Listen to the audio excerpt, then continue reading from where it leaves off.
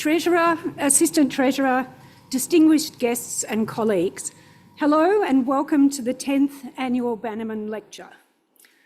I begin in the spirit of reconciliation by acknowledging the Gadigal people of the Eora Nation, traditional custodians of Talawalada, where the beautiful Museum of Contemporary Art is located and where we're meeting today. We also have several hundred people listening to the lecture online from traditional lands all around Australia.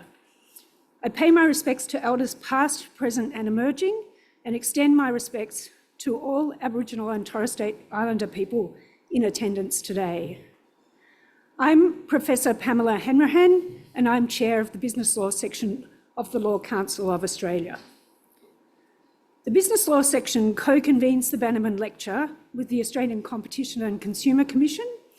The ACCC is represented here today by its Chair, Gina Cass-Gottlieb, who I'll introduce in a moment, and by commissioners and senior officers. Welcome.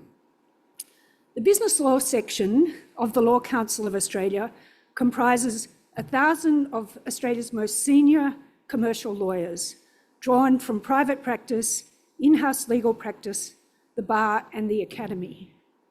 Our members are appointed to 14 specialist committees. These cover the large and varied terrain of federal business law. Our committees also include experts from related disciplines, even economists, many of whom are here with us today.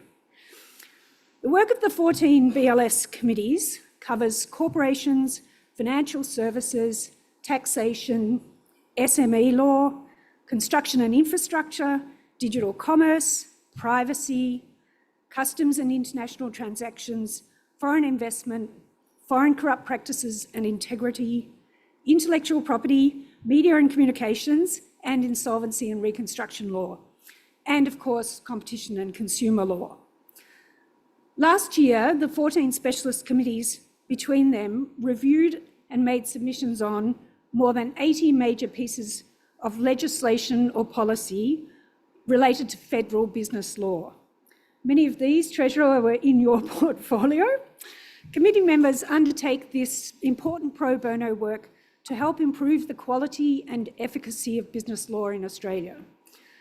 Laws that create a disproportionate compliance burden or that are too granular or complicated to enforce are a drag on innovation and growth, and they won't effectively protect the people they were intended to benefit. The complexity of Australia's business laws means that we all need to work together on confronting this challenge, and that includes keeping the lines of communication and trust between lawmakers and expert lawyers open. That brings me, of course, to today's event. The mission of the BLS also includes providing a forum for debate on current issues in business law through a schedule of regular conferences, workshops and seminars. The Bannerman Lecture is an annual highlight of that schedule. The Bannerman Lecture was instigated in 2015 to honour the contribution of Mr Ron Bannerman AO, the first chair of the ACCC's predecessor, the Trade Practices Commission. His work established a solid foundation in Australia for modern competition, fair trading and consumer protection policies and laws. Gina will say something about Ron Bannerman in a moment, but let me first say the BLS is honoured once again to have many members of the Bannerman family here with us today and online, even from Switzerland. As a key event in the Australian Competition and Consumer Law calendar, the Bannerman has always attracted distinguished speakers.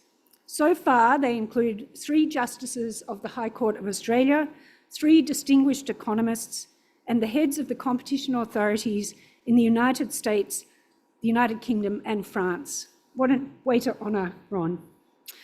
Today they are joined by our 10th Bannerman Lecturer, the Treasurer of Australia, the Hon Dr Jim Chalmers MP. Treasurer, Gina will introduce you in a moment, but may I say on behalf of the BLS how glad we are to have you with us today, particularly as this is the 50th anniversary of the enactment of the Trade Practices Act, one of the most significant and durable pieces of business law reform in Australian history. So the format for this morning is that we'll hear the Treasurer's lecture and then we'll have a fireside chat between the Chair of the ACCC and Peter Stevenson, who is a partner at King & Wood Mallisons and Deputy Chair of the BLS's Competition and Consumer Committee. Just two reminders, we do have media present today, and you're very welcome. And could you turn off your mobile phones? Now, let me first welcome the Chair of the ACCC, Gina Cass-Gottlieb, to introduce the Bannerman Lecturer for 2024. Thanks, Gina.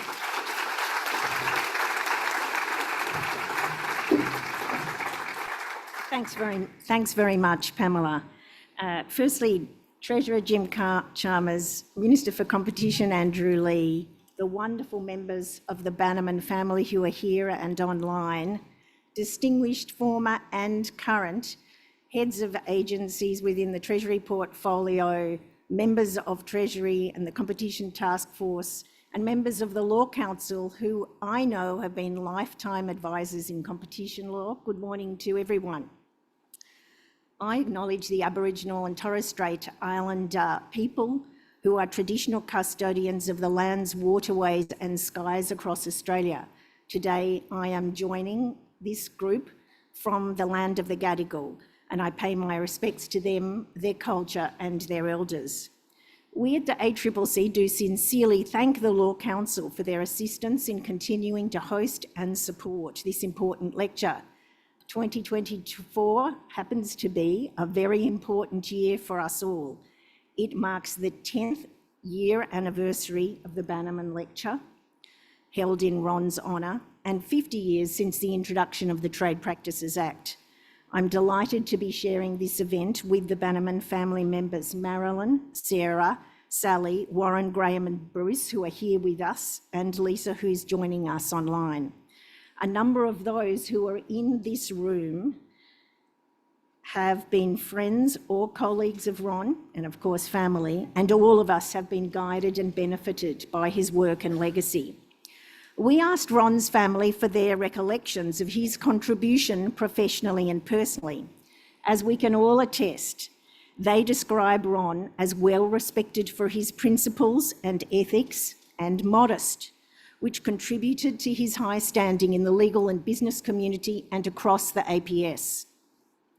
They remember him always as very thorough and prepared, no matter whether it was in his professional work, laying a concrete path or building a garage with his brother-in-law, teaching his children to drive, winding the grandmother clock that was in the hallway, or redeveloping his local lawn bowls club.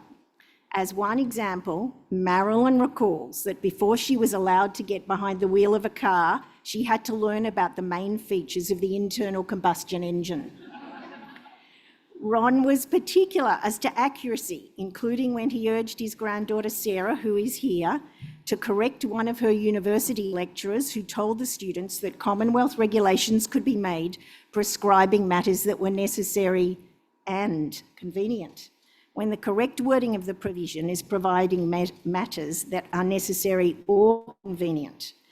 All lawyers and lawmakers in this room here will understand Ron's attention to this detail.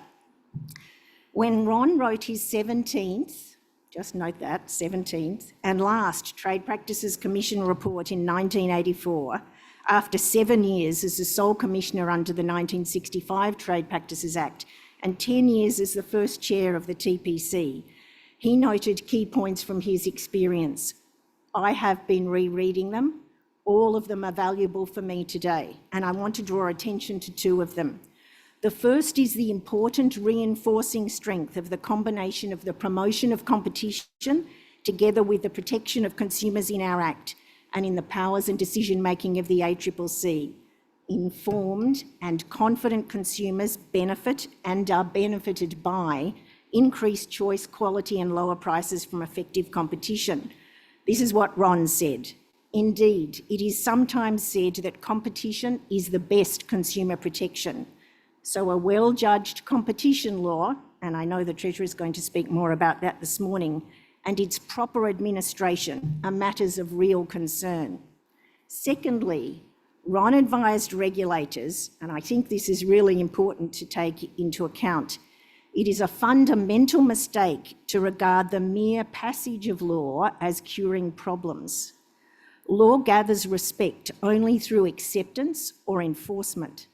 It is a task for public administration in a new field to build support for the law and to develop acceptance for it from those directly affected. The ACCC engenders respect and trust in our law through guidance, education, spurring compliance, and undoubtedly through strong enforcement. We are grateful to the members of the Law Council over the life of our Act as allies, building knowledge of and support for our law. Over the 50 years of the Act, there have been regular reviews and important reviews of its fitness for purpose. And in August last year, the Treasurer, together with Minister Andrew Leigh, announced the current 2-year review of the competition policy settings for a modern and changing economy. This morning, we're delighted to welcome the Treasurer, the Honourable Dr Jim Chalmers, to present the 10th Annual Bannerman Lecture. Thank you.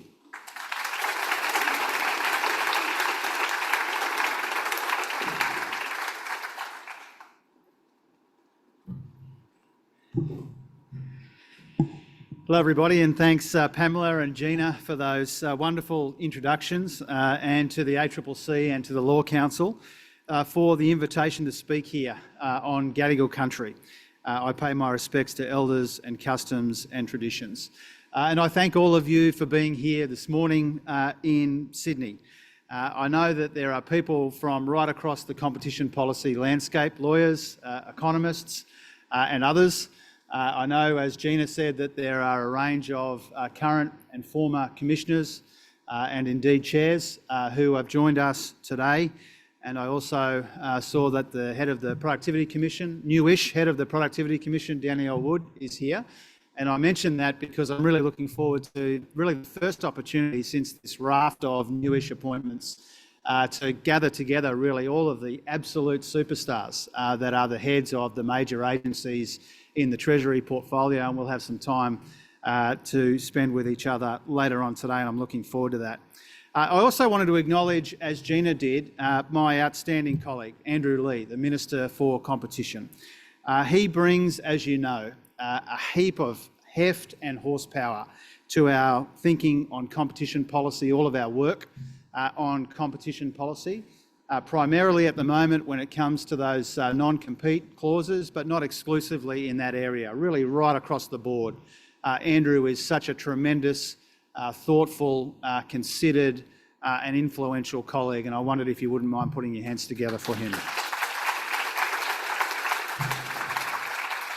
Now, I was going to tell you that he gave a really thoughtful speech on non-competes last week, but I figure if there's any room in Australia that knows that already, it's probably this one. If you haven't read that speech on non-compete clauses, I encourage you to do that. To the Bannerman family, it was so lovely to spend a little bit of time with you a moment ago. Thank you for this opportunity to pay tribute to Ron, but thank you also for your stewardship, not just of Ron's legacy, but the legacy of the wonderful institution that Gina now heads up. Thank you so much for this chance, and I promise to try at least to give the Bannerman name a mention on Insiders on Sunday. I took that feedback to heart that you gave me a moment ago.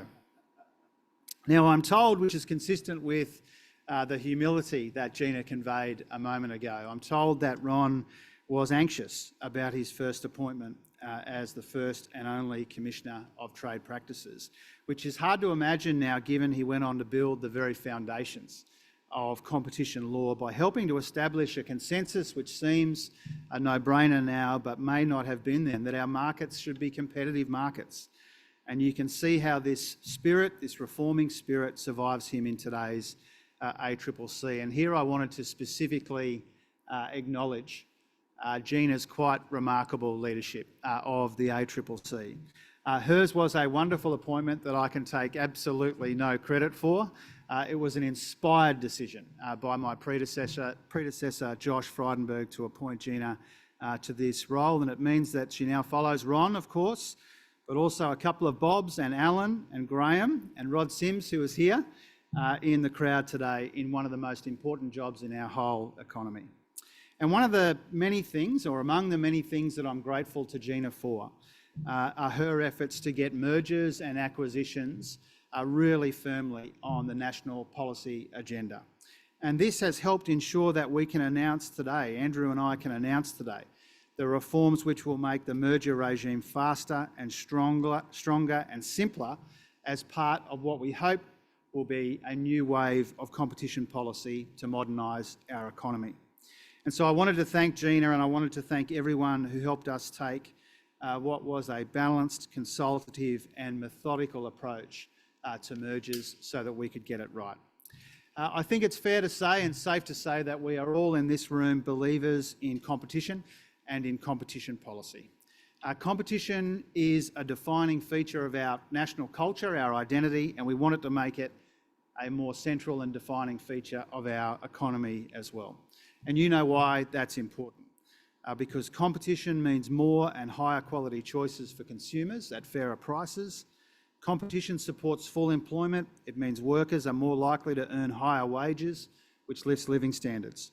And competition makes our businesses more dynamic, more innovative and more productive, and as a consequence, that expands our economy.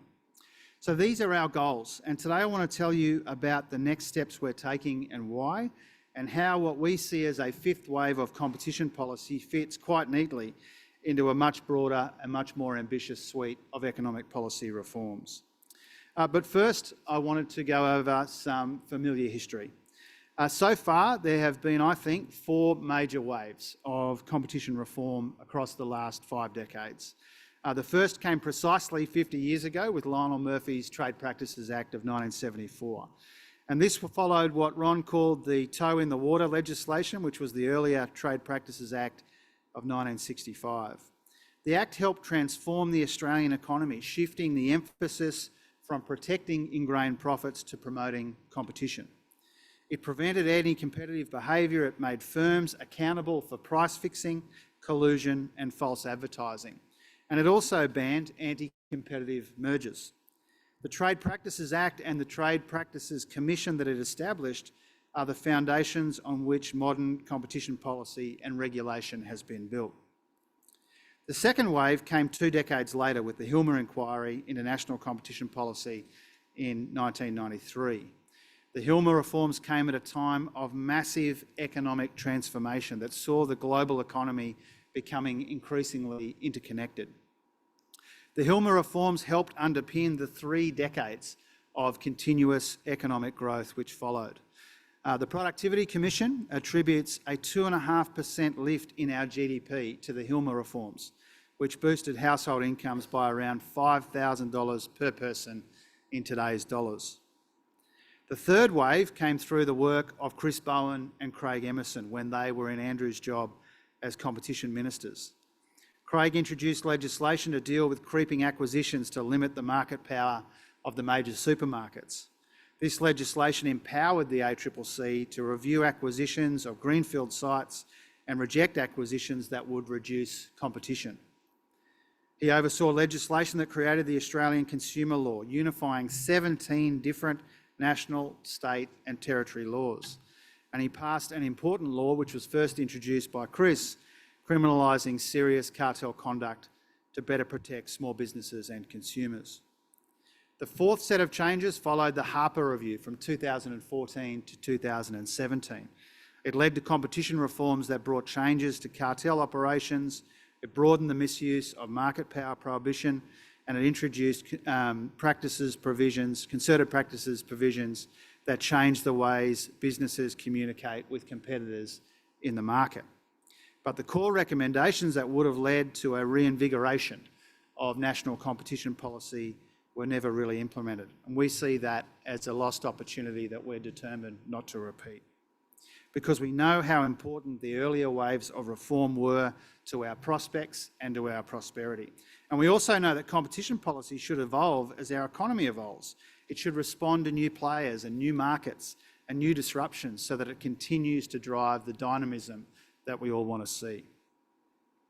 But Australia's competitiveness has been declining since the early 2000s. We see this in increasing market concentration across industries and how price composition has changed. Growth in total market concentration measured by the market share of the top 4 businesses in industry sectors has nearly doubled from 1.7% in 2010 to almost 3% in 2020, according to the E61 Institute. Around a third of industries, including mining, utilities and retail trade, saw increased concentration of more than 5%, which more than offset the quarter of industries which saw a decrease in concentration. And the rate of entry of new companies is falling as the average age of businesses rises. Over recent decades, the markups that businesses apply to goods and services have increased by more than 2 percentage points. Reforms that address the decline in competition can therefore deliver big economic benefits. Recent analysis by Treasury and the Reserve Bank found that even just returning competitions to levels Australia experienced in the early 2000s would lift GDP between 1% and 3%. So competition policy is a growth strategy because competition moves capital to new growth opportunities in the economy. It helps wages grow as workers move to better opportunities and businesses raising living standards as well as productivity. And for consumers, competition provides more choice and better quality and cheaper prices. So the economic imperative for competition reform could not be clearer. And our other colleague, Daniel Molino, his House Economics Committee quite recently, in the competition report that they released last month, reinforced the point that competition and dynamism are the pivotal drivers of productivity in our economy. So it's clear that we need more competition, not less, if we want more competitive and more dynamic businesses. And modern competition policy is absolutely central to how we get there. Competition is about levelling the playing field so that businesses create the most value and don't face unfair barriers to growth. The emerging barriers to competition are different today and they call for different solutions. Across digital marketplaces and new product categories, we've seen new winner-take-all market dynamics and new barriers as well to consumer choice. So the next wave of competition reform needs to come from understanding these new anti-competitive dynamics and delivering those targeted reforms to help address them. Last year, the intergenerational report laid out the big shifts that we face in our society and in our economy. Our economy is becoming more services oriented, more digital and more shaped by the fragmentation that we're seeing in the global economy. So we need to ensure that competitive forces promote cleaner and cheaper and more reliable energy as well and empower consumers as the historic energy transformation gathers pace. That digital markets expand choice rather than limit choice, and that care services improve affordability and increase quality, especially for the most vulnerable Australians. Now, if we don't do these things, the transitions occurring in our economy will be more costly, they will be slower, and they will be less fair. So getting competition policy right can help make economic change fairer and smoother and ultimately more prosperous, which is key to building a more modern economy. It will encourage greater innovation and agility and world-class business practices that mean we can maximise and not just manage these big shifts that are coming at us. So our government already has a lot of competition reform on the go. This week, Craig Emerson released his interim report on the Food and Grocery Code with a number of important recommendations, including that we make it mandatory, which is appealing to us. We've empowered the ACCC to undertake valuable work on supermarkets, aviation, early childhood education and retail deposits. We know there are a range of views on addressing supermarket dynamics. We want a more competitive sector that delivers a fair go for farmers and families. So we asked the ACCC to focus on how we make that sector work better for customers and for suppliers. Now, as Gina and others have made clear, this evidence-based work, combined with the focus on the Food and Grocery Code and the merger laws that I'll talk about in a moment, they are the priority here. But they're not the only reforms that we are progressing when it comes to competition. Last year, our government and all the states and territories agreed to revitalise national competition policy. Treasurers will seek to agree new competition principles by the end of the year. Andrew and I also established the Competition Task Force, and this is progressing some welcome work on new frontiers, including the much better use of data.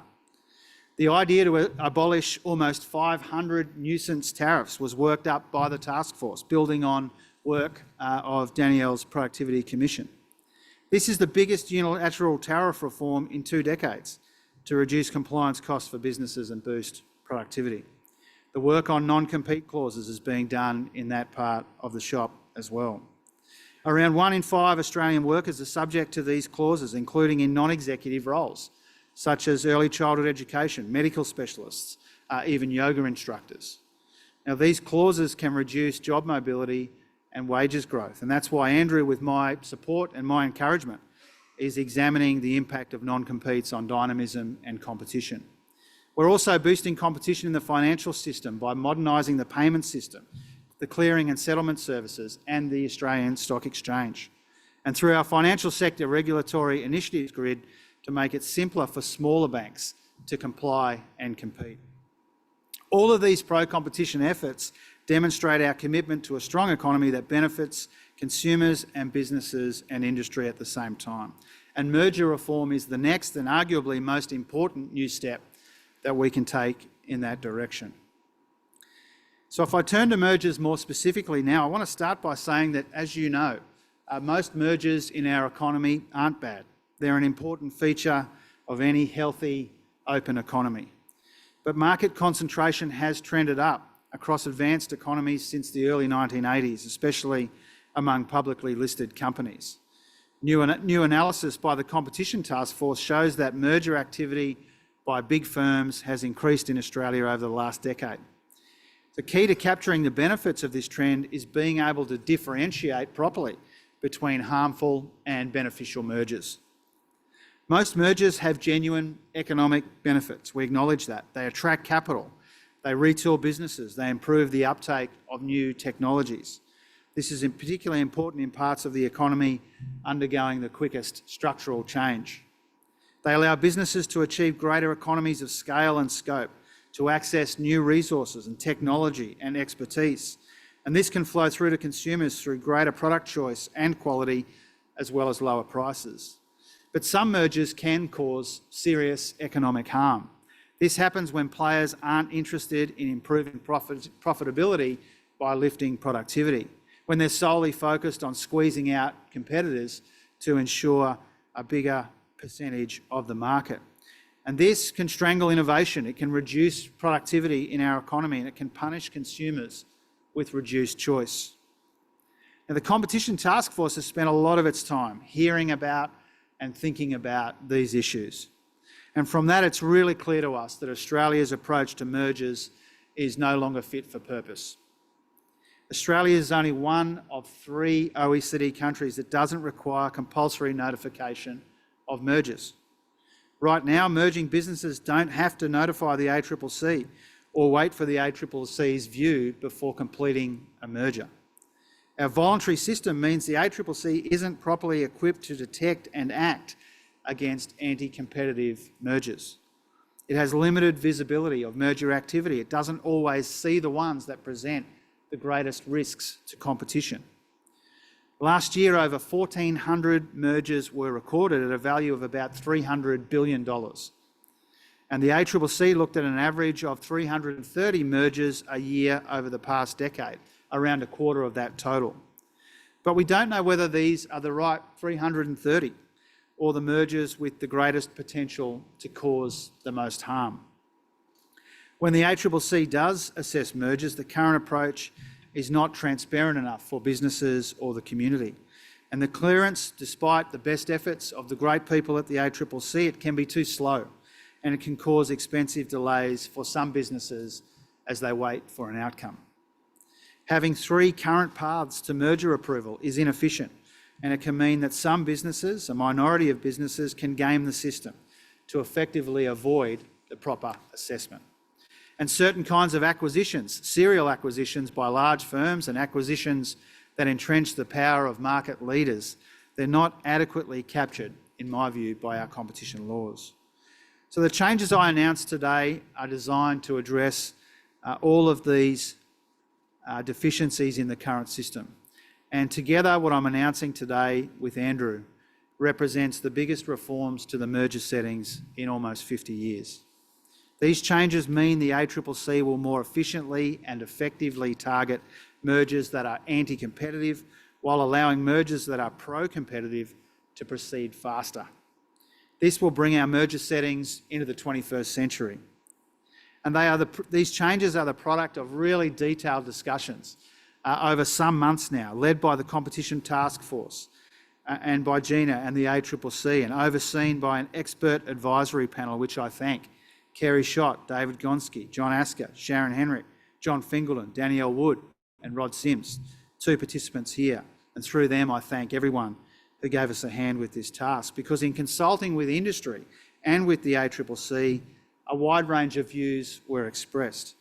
The Business Council of Australia started from a position that only very limited change was required. And the ACCC started the process advocating for changes that some in the business community found excessive. And I'm genuinely grateful for the way that the views evolved and coalesced the more we consulted. So we won't be changing the ACCC's test to reverse the onus of proof, but we will adopt a mandatory notification system and streamline the appeal mechanisms. And the result of all of that consultative work means the package that we announced today has attracted quite broad support. And we're really pleased, we're really grateful for that. That doesn't always happen. And we will seek the same common ground now as we implement the reforms that we're announcing today. Now, the new system that will be created will help deliver what we all want: that stronger economy, more competitive and more productive at the same time. And that's because the new reforms will make our approval regime faster and stronger and simpler and more targeted and more transparent, as I said a moment ago. It will be faster because most will now be approved within 30 working days, where the ACCC is satisfied a merger poses no threat to competition. It will be stronger because we're legislating a mandatory notification system and empowering the ACCC as the single decision maker on all mergers. Mergers above monetary thresholds, and which would significantly change market concentration, will need to be notified to the ACCC and be approved before they can proceed. Now, the thresholds will be based on international practice, and we will set them through a further round of consultation. The new regime will be simpler because we are reducing 3 streams to a single streamlined path to approval that removes duplication and standardises notification requirements for all mergers. It will be more targeted because mergers that create, strengthen or entrench substantial market power will be identified and stopped, while those consistent with our national economic interest will be fast-tracked. Finally, the merger regime will be more transparent by ensuring the ACCC has better visibility of merger activity. And we're creating a public register of all mergers and acquisitions notified to the ACCC to promote this transparency and this accountability. Reviews of ACCC decisions will be the responsibility of the Competition Tribunal, made up of a federal court judge, an economist and a business leader. These changes will make it easier for the majority of mergers to be approved quickly, so the ACCC can focus on the minority of cases that give rise to genuine competition concerns. And we will consult more, as I said, as we finalise the details in advance of this new system beginning on the first day of 2026. Now, that's plenty of time and that's deliberate, because we recognise that these changes require a significant shift in the way that the ACCC does business. Cost recovery fees will be introduced so the ACCC is sustainably resourced to meet the timelines, expectations and requirements that we are establishing. Fees will be scaled to reflect complexity and risk, with higher risk mergers facing higher fees. Treasury expects fees to be somewhere between $50,000 and $100,000 for most mergers, but we want to be clear that small businesses will be exempt. Now, along with additional resourcing, the implementation of the new regime will require a new set of skills at the ACCC. The more comprehensive examination of mergers that a mandatory system creates will provide the ACCC with more evidence to build the case for and against proposed mergers. We want to back in this increasing economic focus with additional economic expertise. Merger experts have always been a feature at the ACCC, but to bolster this expertise, we're proposing the appointment of Dr Philip Williams AM. Now, Dr Williams, a former Professor of Law and Economics at the University of Melbourne, has extensive experience analysing and explaining the economic impact of mergers. I've written to the states and territories recommending his appointment as a Commissioner from the 27th of June 2024. Today we're also releasing the updated ACCC Statement of Expectations. It reflects the government's priority areas, an ambitious competition agenda with a particular focus on the cost of living. Now, in the past, as I understand it, different ministers set out their own uncoordinated expectations, reflecting different interests in ACCC activities. But the document that we're releasing today outlines the whole government's expectations for consumer matters, for competition enforcement, including telecommunications sector oversight, to set out clearly what we expect of this really high-quality institution led by its high-quality chair. Now, the merger reform that I'm announcing today sits really neatly within a broader, ambitious economic reform agenda. We are reforming our markets and our financial system across payments, financial market infrastructure and crypto. We're reforming the taxation of multinationals, super and the gas industry, and cutting taxes for workers and small businesses. We are reforming disclosure laws for climate change and net zero. We're reforming superannuation and the way that capital flows in our economy. We're reforming our skills base, our industrial base, our energy base. We're reforming environmental approvals and regulatory processes, making it easier for businesses to operate. We're reforming our investment strategy to better attract and absorb and deploy capital in our economy. We're reforming and renewing our key institutions like the Reserve Bank and like the Productivity Commission. We're reforming our policy foundations, releasing the intergenerational report differently, the wellbeing framework for the first time, and the first employment white paper in 30 years. And as we've shown today, we're reforming our competition settings to make our economy more dynamic as well. Because by making the merger regime stronger and simpler and faster and more targeted and more transparent, we expand choices and we lift living standards and we grow our economy to ensure that our people, our businesses and our industries are beneficiaries of the big changes before us in what we can probably all agree will be a defining decade. Thanks very much for the opportunity to pay tribute to Ron and to be with you today.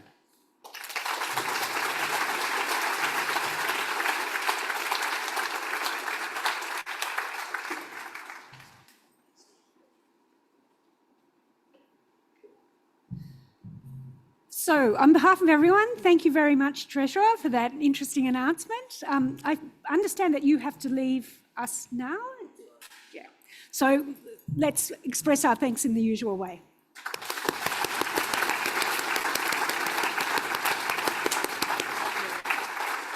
Very good. All right. So the next part of our event is the fireside chat.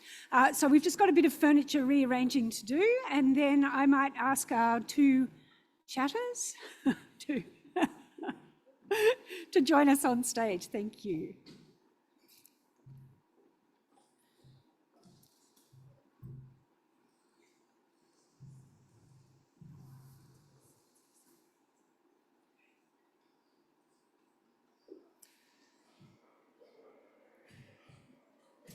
It's good to see that lawyers bring their legislation with them. And as a corporations and financial services lawyer myself, I'd just like to say that your legislation's not nearly as large as ours. So thanks very much. Thank you.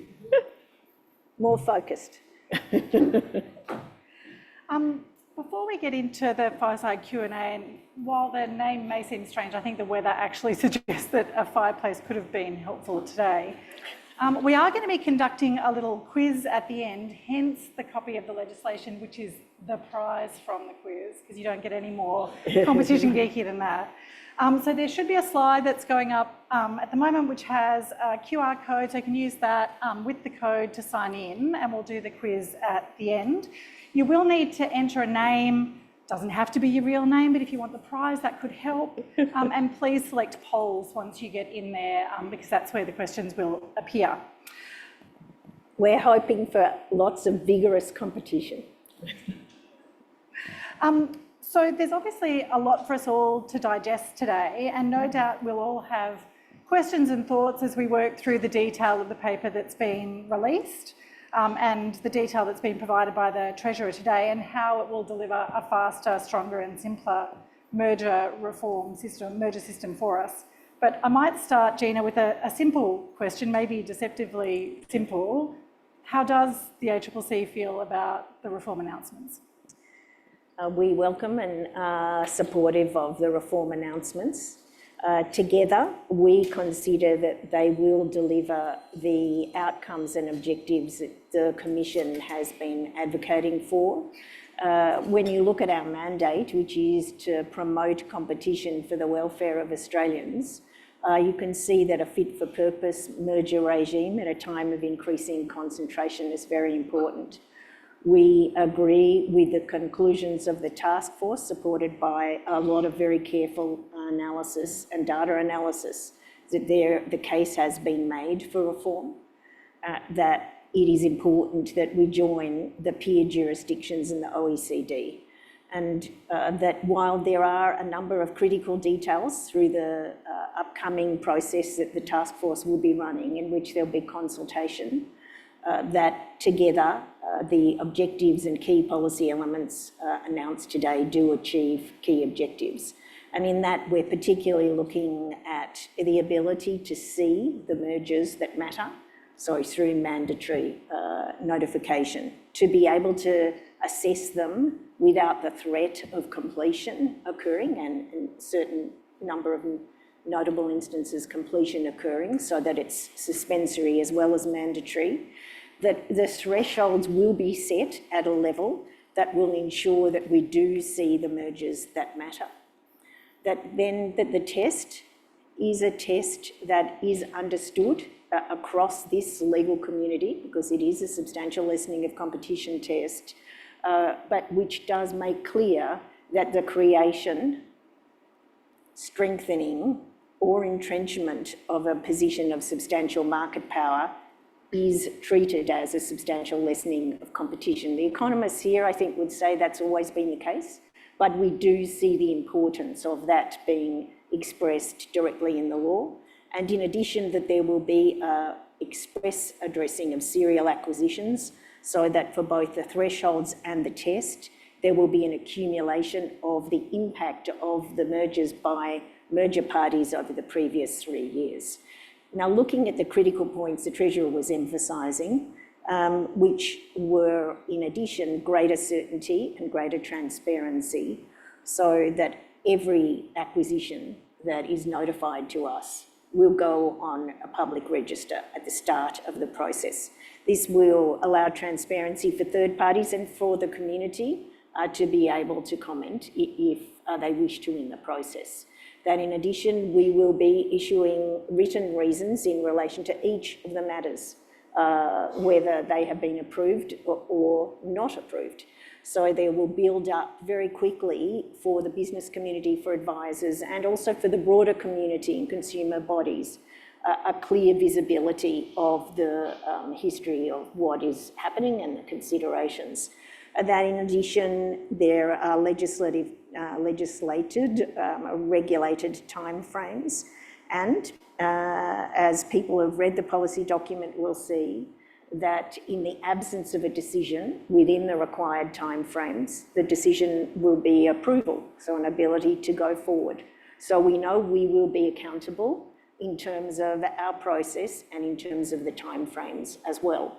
So they are big changes, they're important changes, but we think seen together with workable implementation, that they will deliver the objectives that we and that the ACCC over a number of years, including led by Rod, particularly led by a number of our key team members who are in this room and joining online, that they are important and recognise the issues that were raised. Thanks, Gina. And I'd like to pick up on 4 of the elements that form part of the reform proposal: the mandatory notification, the set timeframes, the obligation to publish not just the fact that the application has been made for clearance, but also reasons for decision for all notified mergers, and then the fact that there's a planned commencement date in January 2026. So my question really is around resourcing and implementation, because obviously implementing the regime once legislated will be a significant undertaking at a time at which the ACCC is already very busy. There are 5 inquiries underway. Many of us tended to hear your enforcement priorities when they were announced last month, looking at a lot of issues, and obviously the workload of the Commission in relation to merger review and enforcement is already very significant, with 305 mergers, I think, that were looked at last year. And we often talk about the burden that is on business for complying with these laws, but obviously the reality is that that workload operates on both sides as well. And for the regime to succeed and be effective according to the metrics that the Treasurer has laid out, the ACCC is going to need to be sufficiently resourced to make sure that it can deal with this new mandate and the new requirements, particularly around reasons for decision as well as the actual decision making itself. It was interesting to hear that the Treasurer expects the number of notifications to be about the same, whether or not they're the same mergers that might have come forward beforehand or not. But obviously there'll inevitably be new workload for the Commission to comply with the processes and those new transparency requirements. So other than the lead-in time required to finalise the details of the regime, including the number of consultations that the Treasurer referred to, how will the ACCC be preparing internally in terms of the changes and upskilling and systems that you'll need? So fortunately, we will have additional resources and funding to be able to build ourselves and extend our capacity, including in this time in which we'll continue to be running the informal system. And in that time, we are going to build an expanded team. We're going to undertake further training. We do currently run administrative processes, both in conduct authorisations and in merger authorisations, but we will extend that capacity. We also are going to work upon guidance which we will consult on in advance. So we are grateful that the commencement date is in January 2026, because there's a lot of important work to be done in the interim at the same time as running the current system. And we will appreciate the close engagement with everyone in this room. And there are multiple different constituencies in this room, and we're thrilled to see the breadth of those constituencies, because our consultation on our own policies and processes and our guidance will be very important in setting the administrative regime up really effectively from day one. Thank you. And obviously, today's announcement is very significant in its own right, but it's a very significant time, and both Pamela and yourself have commented on this being 50 years since the legislation was passed. It's also 40 years since the earliest minuted record of there being the Competition and Consumer Committee, although I have it on good authority, there were less formal meetings before that, and obviously the 10th Bannerman Lecture here today to celebrate and reflect on the importance of competition law and the particular contributions that are being made. So it's, for those of us in the field, it's a really exciting, energised time with this level of sustained interest in competition policy and regulation. And merger clearance has obviously been a focus of the Commission for some time in terms of advocating for reform, and the announced plans today give effect to large parts of that. But there have been a significant program of consideration, review and reform over the last decades, not all of which has reached legislation. So from the Hilmer Review 31 years ago, the Dawson Review 21 years ago, the Harper Review 11 years ago, there's a bit of a pattern, through to the current Competition Task Force, there's been much consideration about the way that settings can be changed. And I think that it's fair to say that there's been lots that over time has been left on the table. And one of my particular areas of interest, cartel law, there were a number of proposals around simplification, for example, from the Harper Review, that were not given effect to. So my question is, there's a lot in today's announcement, and the ACCC's task is never just in implementation, it's also a very significant role in the policy debate itself. So at this very important time of focus on competition law settings, what is on the ACCC's wish list for the next round of reforms? And Peter, just to start in relation to cartels, yes. Because the government has a very ambitious program in relation to competition reform, but I think I can safely say The ACCC has a more ambitious program. So in cartel sense, we're currently conducting the review of the immunity policy, but we are not currently proposing reform in relation to the cartel regulation. However, we do have a number of really important proposals that we have been putting out for some time that relate firstly to more informed and confident consumers and also to promoting competition. So the first, that in terms of informing consumers to be able to actually make competitive and conscious choices, we are very concerned and think it's extremely important that the current process of consultation on an unfair trading practices prohibition reaches conclusion and results in change to the law in order to protect consumers against manipulation of the choices that they make. The second is we have been promoting, including coming through various inquiries, being able to better inform consumers through putting obligations on essential services providers, such as energy suppliers and retailers and financial services institutions, to alert consumers, particularly to the actual changes in terms that are occurring to policies and products, to new offers that are better than the legacy terms that were saddled with originally, and to remove frictions that impede customer switching, which is very important to competition. One of the key areas that we are very concerned about to improve contestability and the competitiveness of the vast array of Australian services and products that are dependent upon critical digital platforms, intermediaries, the reforms in terms of competition policy reforms relating to digital platforms. The government has expressed in principle support to this, and we will continue to be very active in advocating for those changes to come into law to allow designation of critical digital platform intermediaries and targeted service-specific codes. In our submission to the current competition task force work in terms of renewal and revival of the national competition policy, we have noted that the efficient use of monopoly infrastructure in relation to our supply chains is essential to increase dynamism and productivity in our economy, and we are looking for better support in terms of regulatory tools. We've published that submission on our website.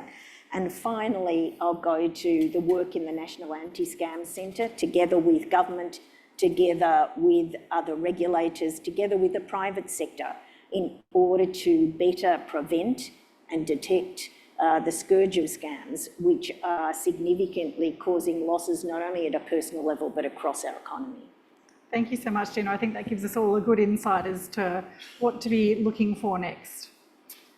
Time for the quiz, and I should note that there may have been a more appropriate prize, because I know that Minister Lee has recently published a book as well, so we apologise for not having that on hand for the prize. But if we're ready to get going with the slides, so the first question is, on what date in 1974 did the Trade Practices Act come into operation? That's good. Excellent.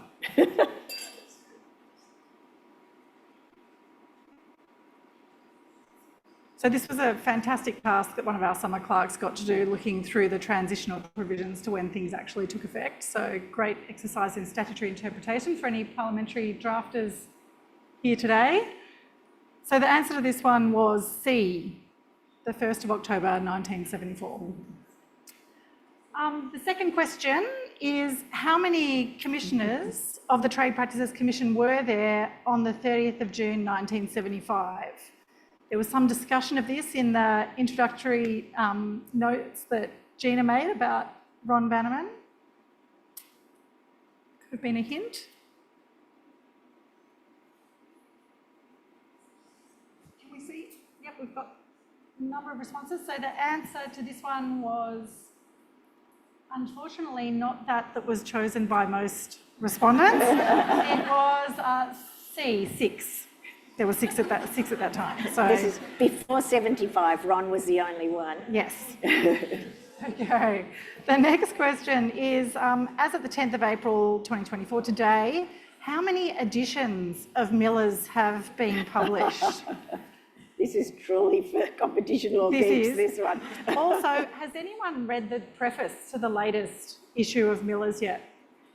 If you haven't got one and you're lucky enough to be the award winner, there is another prize available if you read the preface. There's a little competition that's running in there. 46, that is correct. So obviously either people have very good eyesight and can read it on the cover there, which I didn't even think about, or we're all avid collectors of those. Okay, the next one is a question for the economists amongst us. And Minister, we might actually ask if you want to give your answer to the audience, but who published the paper titled Competition as the Regulator in 1982? Was it Maureen Brunt, Fred Hilmar, Neville Norman, or Ron Bannerman? Is this one that is on your bedside table by any chance? All worthy choices, but the correct answer is Ron Bannerman. Excellent. Let's see how many. All close. We all do hold Maureen Brunt's work close to our heart, but it was in fact Ron Bannerman. Thank you, Minister.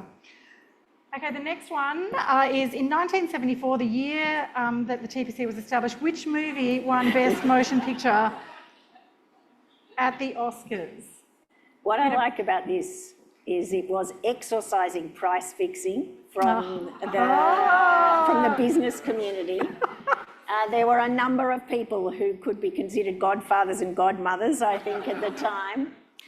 And really, The Sting is just the most marvellous movie. And whether you think it is showing a failure in law enforcement, which it does, or how hipster antitrust could be actually achieve a sting, I think it's a great set of choices. I was thinking more about The Entertainer and how entertaining today has been.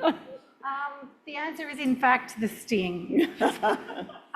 We might just check the leaderboard at that point, if that is technically possible. Excellent.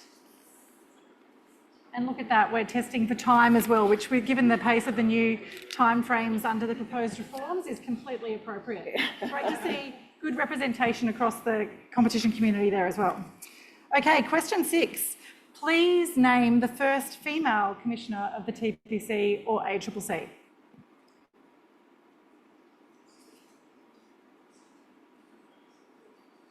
All names that will be familiar to all of us, some holding roles across many agencies. And the results are wholly, almost 2/3 correct. Well done, everyone. Dr. Rhonda Smith. The next one, just making sure no one has X-ray vision to see inside the Act, but which quote correctly states the object of the Competition and Consumer Act as it stands now, not as you may wish it to be?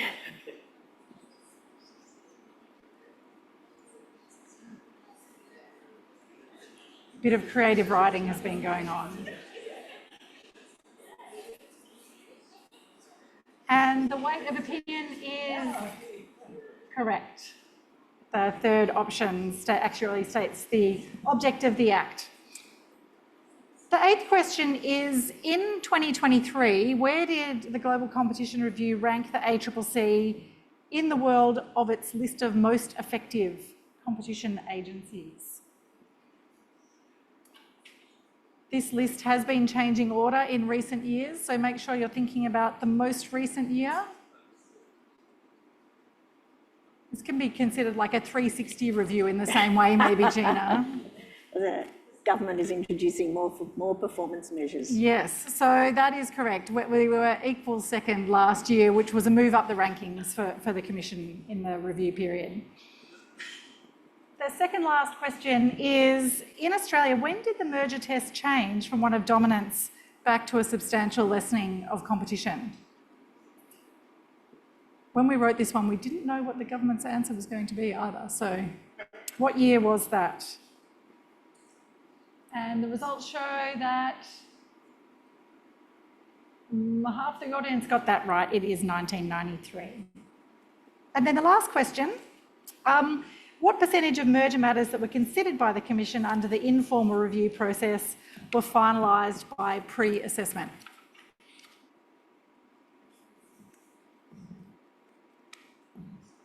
all significant figures, but the results show that 93% is the right answer as well. So well done, everybody. So thanks for indulging us with a little bit of fun just to round out today. I think there are many elements from today's discussion that we will be speaking about in our communities for times to come, but I'll hand back to you, Gina, to close. Thank you very much to Peter, Pamela, and all members of the Law Council Committee for sharing and partnering with the ACCC over all the 10 years of the Bannerman Lecture. Thank you to the Bannerman family for your deep engagement with Ron's work, with the continuing work in competition law and with this lecture, and we really look forward to continuing together with you to do this into the future. It's been, I think, a brilliant tribute to Ron today. It's been an announcement of important proposed change, and he was an incredibly dedicated public servant, always looking to achieve the objectives of the Act in the protection of consumers and competition. It's brought together a wonderful community of people who really care about this Act and this law, and that we've been able to share also some fun in that time, and we look forward to the engagement in the coming months, led by the consultation team within the task force in relation to the proposed change. Thank you very much for joining us. Thank you.